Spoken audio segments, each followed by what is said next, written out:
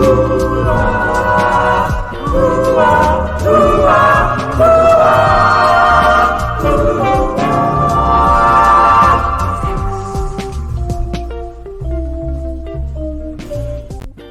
out to everybody rocking with me in App Stupid World. App like you got some sense. Smash the like button. It's your boy Big Vern out here making it happen. I want to talk to y'all about a couple of stories today. The first one caught my eye was Joel Embid.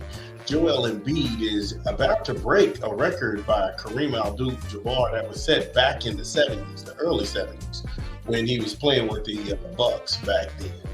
And I'll go ahead and bring this up right now because Kareem Abdul-Jabbar had 16 games straight where he had double-digit scores and also rebounds after last night's performance against the Minnesota Timberwolves. Joel Embid had 51 points, 12 boards, and he's on a 12-game win streak.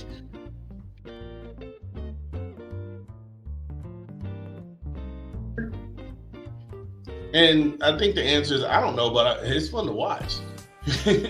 I'm glad to see the big man is coming back in the NBA ball because for so long, the small ball has really ruled the day when people would switch off on defenses and they would try and catch you in a favorable matchup, whether it would be people playing the 4 out and then 1 in, and 5 out, nobody in, that kind of stuff. But I am glad when I see a big man get down on the blocks and then just go down there and just be a man about it. But yeah, he is ridiculous. Gonna take a small 10-second break here and then we'll be back on it.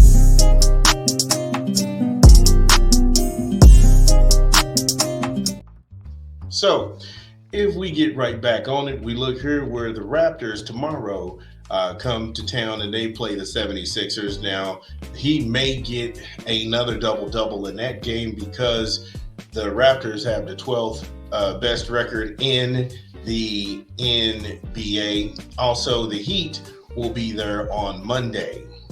The Heat on Christmas, they're 7th in the Eastern Conference. The Magic, they play them on Wednesday. They're 4th in the Eastern Conference. And then the Rockets, 9th currently in the West. Shout out to Ime Udoka, who's doing a great job with that young roster. I was really high on the Rockets when the year started out because I was looking at the coaching staff and they have a no-nonsense approach to winning. So they were currently the worst team last year, and to see them in the hunt this year is just a testament to his coaching and how he gets his guys motivated.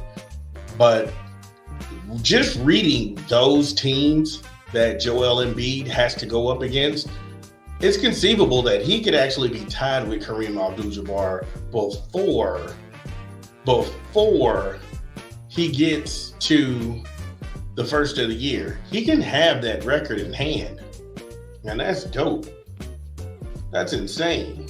And if you look at his numbers, he's averaging more points than he did last year.